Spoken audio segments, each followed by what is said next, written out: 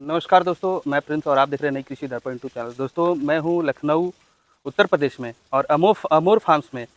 तो मैं आज के वीडियो में बात करने वाला हूं कि अगर कोई बंदा डेयरी फार्म की शुरुआत करता है, या हमने देखा है कि 90% डेयरी फार्म खुलता है लेकिन बंद हो जाता है, तो उसके बंद होने के मुख्य कारण क्या होते हैं, इस विषय पर हम इस वीडियो में बात करने वाले हैं। तो मैं चाहूँगा कि आप वीडियो को कंप्लीट देखें।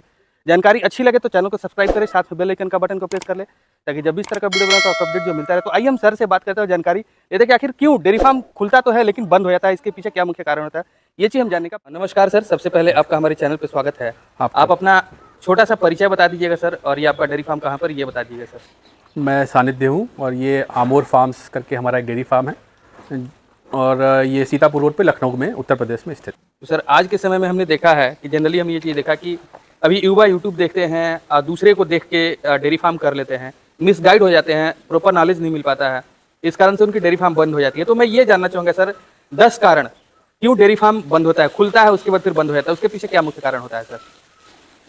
अब देखिए 10 कारण बताना मतलब एकदम वो पॉइंट बना के वो मुश्किल है, लेकिन मैं बता रहा हूँ कि क्या क्या हो सकता है। जी जी। जैसे बंद देखिए क्यों हो जाता है, क्योंकि सबसे पहली जो मुझको समस्या समझ में आती है बंद होने की फार्म्स के, उसको किसान के ऊपर या युवा के ऊपर डाल के कहना हमें नहीं लगता कि बहुत उचित होगा। एक तो बात यह है कि आप सब कुछ ठीक कर रहे हैं, उसके बाद भी चीज़ें बंद हो सकती हैं। उसका अब ऐसा तो नहीं होना चाहिए।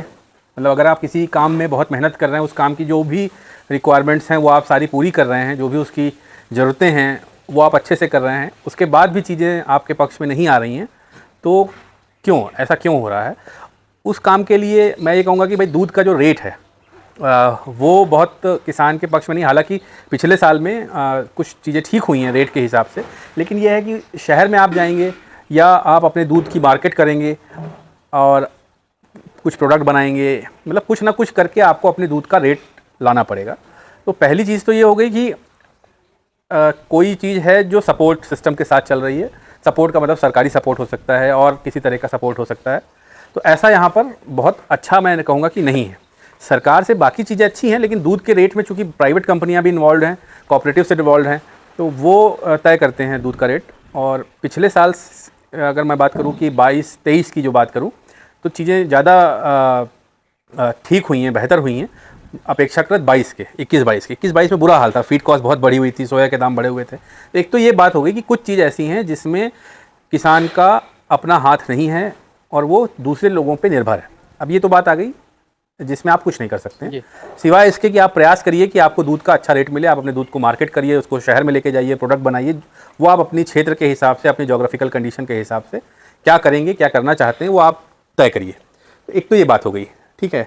अब बात आती है कि आप क्या कर सकते हैं और उन चीज़ों में कहाँ क्या समस्या आ सकती है। तो उसमें जो अगर सबसे पहली बात की जाए कि भाई मैं ये मान के चल रहा हूँ कि जो भी इस काम को करने आ रहा है वो सीरियस है, बहुत मेहनती है, करना चाहता है, शौकिया नहीं है। ये सारी चीज़ें मैं मान के चल रहा हूँ कि जो आदमी यहाँ आ रहा है इस क्षेत्र में, उसके अंदर ये 3-4 चीज़ें तो हैं ही कि वो मेहनत करने के लिए तैयार है और कोई किसी को देख के करने की इच्छा नहीं है। तो ये सारी चीज़ें अगर हैं, तो इसके बाद आती है कि अगर आपके पास ये मेहनत करने की क्षमता है और बाकी चीज़ें हैं, तो इसका मतलब है कि आप उसके लिए नॉलेज जो आपको गेन करना है वो आपने करी। यानी कि फार्म शुरू करने से पहले जो जानकारियाँ आप इकट्ठी कर सकते हैं या जो सीख सकते हैं वो सीखिए। मतलब प्रॉपर नॉलेज। हाँ, मतलब जैसे नॉलेज तो एक आप किसी जैसे मुझसे कहेंगे तो मैं भी कहूँगा कि बहुत सी चीज़ें हैं जो मैं अभी नहीं समझ पाया हूँ, जिनका तोड़ मैं नहीं निकाल पाया हूँ। जबकि मुझको अगर मैं अगर मैं केवल डेयरी फार्मिंग की बात करूँ तो पिछले 5 से 5.5 साल हम लोग को हो गया है।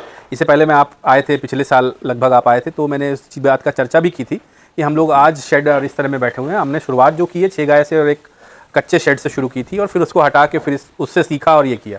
तो रास्ते बहुत सारे हो सकते हैं। मैंने मान लीजिए एक रास्ता ये अपनाया कि एक छोटा शेड बना के, कच्चा शेड बना के चीज़ें शुरू करी। किसी के पास ये हो सकता है कि वो कहीं जाके ट्रेनिंग ले ले, कोई हो सकता है कि भाई किसी जगह काम करके सीख ले। यूट्यूब है, आप लोगों के चैनल्स हैं, जिस तरह से मैंने भी जब शुरुआत की तो अब वो चैनल मुझको दिखता नहीं है, तो उस पर मैंने काफ़ी कुछ सीखा था। मेरा कहने का मतलब एक हो गया नॉलेज। तो नॉलेज आप लीजिए। नॉलेज में बहुत पीछे नहीं पड़ने का है कि हम एक एक चीज़ जान लेंगे तब इसको करेंगे, क्योंकि वो आपकी एक प्रक्रिया है। वो आप जब शुरू करेंगे धीरे धीरे आप सीखते हुए आगे बढ़ेंगे। लेकिन जो शुरुआती गलतियां हैं वो ना हो।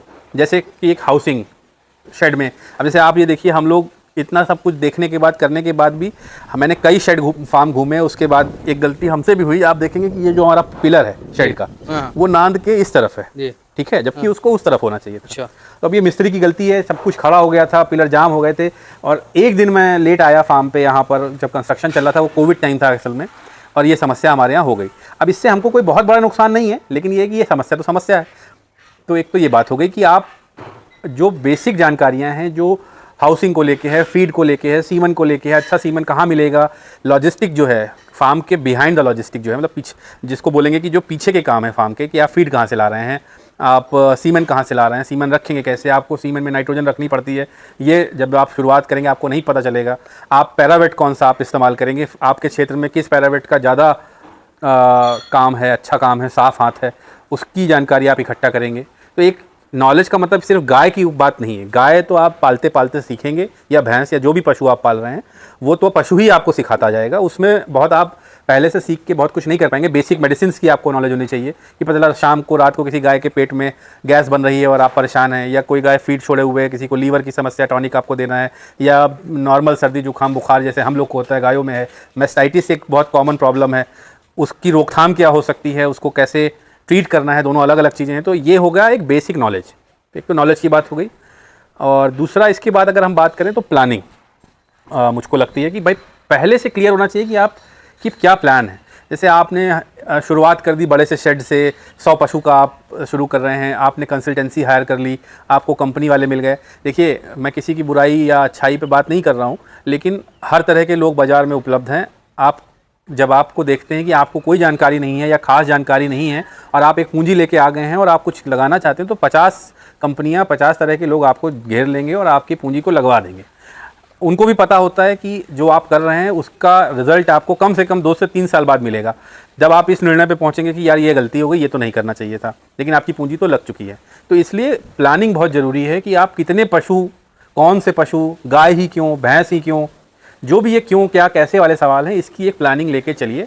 और इसमें एक थंब रूल कह लीजिए कि भाई थंब रूल मतलब एक बेसिक नियम ये मान के चलिए कि अगर आप 50 गाय का प्लान कर रहे हैं तो आप शुरुआत छोटे से करिए, फिर भले अपने पेस को बढ़ा लीजिए। जैसे इसमें कि गाय ही क्यों करनी है, भैंस ही क्यों करनी है, या कौन से पशु का आपने चयन करना है, देसी का फार्म करना है कि HF का करना है, ब्रीड कौन सी होगी, ये सारी चीज़ें प्लानिंग पहले हो जानी चाहिए। और इस प्लानिंग के पीछे जो सबसे पहली बात मैंने कही थी, मार्केट, उसका एक बहुत बड़ा योगदान है। जैसे मान लीजिए, अब आप एग्जांपल लीजिए कि आप शहर के बहुत नज़दीक हैं और आपके शहर में पेइंग कैपेसिटी अच्छी है, जैसे लखनऊ मान लेते हैं, हालांकि बहुत हम लोग उससे खुश नहीं हैं, लेकिन फिर भी अच्छा शहर है इस मामले में, ये काट देना है। जैसे कि मान लीजिए मार्केट, ठीक है, मार्केट आपको देखनी पड़ेगी। मान लीजिए आप ब्रीड सेलेक्ट कैसे करेंगे, तो ब्रीड सिलेक्शन इस पर निर्भर करता है कि दूध का आप क्या करने वाले हैं, या और दूध की मार्केट कहाँ पर है। मान लीजिए आप शहर के किसी बहुत अच्छे शहर के नज़दीक में है, जहाँ पे कस्टमर की पेइंग कैपेसिटी अच्छी है, रेट अच्छा मिल रहा है, तो आप देसी भी पाल सकते हैं। भाई देसी का 100 रुपये, 120 रुपये लीटर तक दूध जा रहा है, 150 रुपये लीटर होना चाहिए। हाँ, देसी मतलब होना क्या चाहिए वो तो देखिए, भाई मैं बोल रहा हूँ मार्केट की बात हो गई, आप सही बोल रहे हैं। NCR वगैरह में 150 लीटर तक दूध देसी गाय का, जिन फार्म के ऊपर कस्टमर को भरोसा है कि यहाँ पर देसी गाय ही है, वहाँ पर वो रेट उनको मिल रहा है। हमारे लखनऊ में 100 रुपये, 120 रुपये के आसपास देसी का रेट है। अब देसी में रेट ज़्यादा मिल जाएगा, लेकिन वो दूध कम देगी, वायबिलिटी इसलिए वहाँ से आएगी। अब अगर मान लीजिए आप उस रिस्क पे नहीं जाना चाह रहे हैं कि आपका 100 रुपये लीटर दूध कोई खरीदेगा कि नहीं खरीदेगा, तो आप घी बना सकते हैं। घी उसका 3000 लीटर बिकता है, देसी का A2 जिसको बोलते हैं। हालांकि उस पर भी एक बहुत अच्छा बात है, आप अगर कहेंगे तो मैं उस पर बात करूँगा, आप याद दिलाइएगा मुझको, A2 घी के ऊपर मुझे बात करनी है। तो एक तो ये बात हो गई। दूसरा, मतलब प्लानिंग के तहत ही हम ये सारी बात करें, तो आपकी ब्रीड कौन सी होगी ये आपको होगा। मेरे मन में भी एक सवाल है सर, जैसे लोग कहते हैं कि अगर हम ब्रीडिंग नहीं करें तो भी डेयरी फार्म बंद हो सकता है। नहीं, ये बात बिल्कुल सही बात है, बिल्कुल सही बात है। जैसे अब बात आती है कि आपको देखिए, फार्म कोई मशीन वाला मामला नहीं है, मैकेनिकल चीज़ नहीं है कि आपके पास पूंजी है। आप जैसे मान लीजिए एग्जांपल लेते हैं बाइक्स का, ठीक है। अब मान लीजिए आपके पास पूंजी है, आप हीरो होंडा भी खरीद सकते हैं, आप एनफील्ड भी खरीद सकते हैं, आप उससे ऊपर जो बाहर की बाइक्स हैं, हार्ले डेविल्सन से लेके बाकी बाइक्स खरीद सकते हैं। तो ये तो पूंजी की बात हो गई, और सारी चीज़ों का अपना मजा है। आपने पूंजी लगाई, आप चीज़ खरीद के ले आए। लेकिन पशु के साथ समस्या ये है कि ज़रूरी नहीं है कि आप पूंजी लगा रहे हो और आपको अच्छी चीज़ मिल ही जाए। जैसे आप यकीन मानिए, और लोग हो सकता है इस बात में मेरा आपके कमेंट्स में आए कि ये तो क्या बात कर रहे हैं, लेकिन अच्छी गाय की कोई कीमत नहीं है।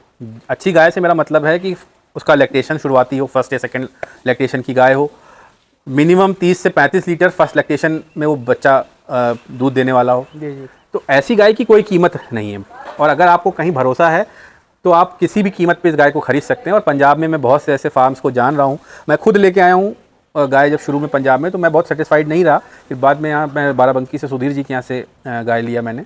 और ये बोलना ठीक है नहीं ना, तो कुल मिलाकर के अगर देखा जाए इसमें सर, तो आपने प्रॉपर प्लानिंग बताया, प्रॉपर नॉलेज बताया, फिर नहीं मैं प्लान पे ही एक और दो चार बात बोल दूं। जैसे प्लानिंग में ब्रीड आ गया, मैंने देखिए पहले हाउसिंग की बात करी कि क्या कैसा स्ट्रक्चर करना है, बहुत पैसा इसमें नहीं लगाने का है। ये आपके कितने पशु आप रखने की प्लानिंग कर रहे हैं उस पर डिपेंड करता है। मान लीजिए आपको 10 ही पशु रखना है तो ये स्ट्रक्चर बनाने की कोई जरूरत नहीं है आपको। आप छोटा स्ट्रक्चर उसमें कूलर की व्यवस्था और ये सब करके भी उसको कर सकते हैं। ये स्ट्रक्चर बनाने का एक पर्पज है कि गाय ठंडी रहेगी, क्योंकि हम एचएफ पाल रहे हैं, इसमें गर्मी नहीं लगेगी। अब आप बाहर का टेम्परेचर इस समय मुझे लगता है कुछ नहीं तो 34-35 होगा, और यहाँ पे 25, 26, 27 के आसपास है मामला, हमको गर्मी नहीं लग रही है। तो लगभग 8 से 10 डिग्री टेम्परेचर ये गिरा देता है। तो हाउसिंग आपकी तय करेगा क्या प्लान आप लेके चल रहे हैं, कितने पशु को पालना है, कौन सा ब्रीड पालना। मान लीजिए देसी पालना है और 50 देसी पालना, तब भी स्ट्रक्चर की जरूरत नहीं है, क्योंकि देसी को उतनी गर्मी नहीं लगती, उसको ठंड से बचाना है आपको। एक तो ये बात हो गई। दूसरी बात आ जाती है कि ब्रीडिंग की, कि ब्रीडिंग इंपॉर्टेंट है या नहीं। आप कोई भी पशु रखेंगे, देसी रखेंगे, भैंस रखेंगे या गाय रखेंगे, तो अच्छी गाय आपको कोई भी फार्म से जो बेस्ट गाय होगी वो आपको अपनी बेस्ट गाय नहीं देगा। लेकिन होता क्या है कि कुछ फार्म्स अपनी मेहनत पे और लंबे समय चलते चलते से, हम लोग 5 साल हो गए, आपको मैं अभी दिखा भी रहा था अपने ऐप पे कि फर्स्ट लैक्टेशन 38 लीटर गाय ने हमारे यहाँ पिछले साल किया। इस साल हम लोग 3 बच्चियाँ हमारे पास हैं जो फर्स्ट लैक्टेशन 35 लीटर तक टच करी है, जबकि वो थोड़ा सा गर्मी में उन्होंने बच्चे दिए। तो मेरा कहने का मतलब ये है कि कुछ फार्म्स हैं जो लगातार ब्रीड पे काम कर रहे हैं, पहले दिन से ब्रीड पे काम कर रहे हैं, और उन फार्म्स में 5 साल, 7 साल, 8 साल बाद ऐसी गाय आपको मिल सकती है, क्योंकि उनकी जो खराब ब्रीड भी है वो भी 35 लीटर की ब्रीड है। तो मेरा कहने का मतलब ये है कि ब्रीडिंग इसलिए इम्पॉर्टेंट है कि आप जो भी लेके आएंगे उससे बेहतर आपको ही बनाना है। ब्रीडिंग इसलिए भी इम्पॉर्टेंट है क्योंकि जो भी आप गाय लेके आएंगे उससे बेहतर गाय आपको बनानी है। आप 20 लीटर की लाएंगे तो उसको आपको धीरे धीरे पहुंचाना है। आप ज़्यादा अच्छी गाय आपको मिल गई तो उसमें भी आपको अच्छा करना है। तो इसलिए सीमन का सिलेक्शन, सिलेंडर जरूर रखिए, ठीक है, और ब्रीड पे काम करिए। तो ब्रीडिंग इसलिए भी ज़रूरी है। एक तो ये हो गया, इसमें आपके यहाँ नॉलेज आ गई, प्लानिंग हो गया, ब्रीडिंग हो गया और मार्केटिंग हो गया। ये सारी चीज़ें मिल के एक फार्म को चलाने के लिए ज़रूरी हैं। जब इसमें से कोई भी आप किसी भी क्षेत्र में पिछड़ रहे हैं तो फार्म बंद होने का गुंजाइश होती है। दूसरा देखिए, पहले मैंने इसीलिए सबसे पहले बोला कि सब कुछ सही है उसके बाद भी बंद हो सकता है, कि पता चला सरकार की नीतियाँ ऐसी हैं या कुछ ऐसा हो गया। जैसे बीच में 2022-21 के आसपास फीड की कॉस्ट बहुत ज़्यादा हो गई थी। अब जब फीड की कॉस्ट ज़्यादा हो गई और हम लोग इतना बड़ा फार्म लेके या जो और इससे बड़े फार्म लेके चल रहे हैं, उनका अगर मान लीजिए फीड पे 3 रुपये भी बढ़ गया और हमारे फार्म पे डेली कम से कम मान लेते हैं कि 7-8 क्विंटल फीड लग रहा है, तो हमारी डेली की कॉस्ट बढ़ गई, कम से कम 1000 रुपये हमारे डेली के बढ़ गए, तो महीने का हमारा 30,000 का नुकसान होने लगा। आप बात समझिएगा। तो केवल फीड से ये हो गया। अब आपके पास पीछे पूंजी होनी चाहिए कि आप उस पूंजी से इसको मैनेज कर सके। तो एक तरीका ये भी है कि अगर आप 50 पशु का करना चाह रहे हैं तो धीरे धीरे चलिए, क्योंकि शुरू में आपको बच्चे भी पालने होंगे, उन बच्चों की भी कॉस्ट उसमें जोड़िए। और कोई भी गाय जैसे पूरे साल भर एक बराबर दूध नहीं देती है। लोग क्या करते हैं, वो कैलकुलेट करते हैं एकदम 300 दिन ये गुणा 20 लीटर 365 दिन दूध देगी, ऐसा नहीं है। 150 दिन ही पीक रहता है। 150 दिन के बाद पीक जो है वो डिक्लाइन होना शुरू होता है। जो अच्छी ब्रीड की गाय हैं वो जैसे मान लीजिए किसी गाय ने 35 लीटर से शुरू किया, तो अच्छी गाय ऐसी भी हैं जो 22-22 लीटर तक अपने आखिरी तक चलती रहती हैं। हम लोग को उनको फोर्सफुली डिस्चार्ज वो करना पड़ता है, ड्राई करना पड़ता है। तो ये सारी बातें मिल के एक फार्म को रन करने के लिए ज़रूरी हैं। इसके अलावा मुझको नहीं समझ में आता है कि कोई भाई अब लैंड रिक्वायरमेंट है, ये सब बहुत बेसिक सी चीज़ें जो हैं वो सबको पता है कि क्या चाहिए, कैसे चाहिए, पानी कैसा होना चाहिए, मिट्टी कैसी होनी चाहिए, पानी टिकना नहीं चाहिए आपके फार्म पे, क्योंकि आप मान लीजिए 50 गाय 100 गाय का फार्म कर रहे हैं, जो लूज़ एरिया आपका है उस एरिया में इतना गोबर, इतना ज़्यादा गाय चलेंगी कि वो ऑलमोस्ट सिलिका की ज़्यादा हो, एकदम किचकिच कीचड़ हो जाता है, एकदम गायों का पैर इतना धस जाता है बारिश के समय में। हम लोग लकी हैं कि हमारे पास बालू का क्षेत्र ज़्यादा है। तो मेरा कहने का मतलब ये है कि ये सारी तो बेसिक चीज़ें हो गई। ये तो आदमी को आपके ही वीडियोज़ में बहुत जगह पे इसका जिक्र होगा। जो मेन बात है वो है मार्केट पहले देखिए, ब्रीड पे पहले दिन से काम करिए, एक गाय कम रखिए लेकिन सिलेंडर अपना रखिए, क्योंकि जैसे रिपीट ब्रीडिंग की समस्या है या कोई और समस्या आपके फार्म पे कम से कम आए, क्योंकि सीमेन सिलेक्शन, सीमेन की हैंडलिंग बहुत ज़रूरी है। तो इसलिए सिलेंडर अपना रखिए, अपनी गैस भरवाइए। 10 पशु करना चाह रहे हैं तो 5 से शुरू करिए, 3 से शुरू करिए, फिर 3-4 महीने का एक्सपीरियंस लीजिए, फिर एक बार जाके 1-2 पशु ले आइए। तो इस तरीके से चीज़ों को लेके चलिए। मेरा कहने का मतलब ये है कि कम से शुरू करके पेस ज़्यादा रख सकते हैं, लेकिन शुरुआत ही ज़्यादा जानवर से मत करिए। तो सर काफ़ी अच्छी आपने जानकारी दी इस वीडियो में भी, इसके लिए आपको बहुत बहुत धन्यवाद सर। शुक्रिया।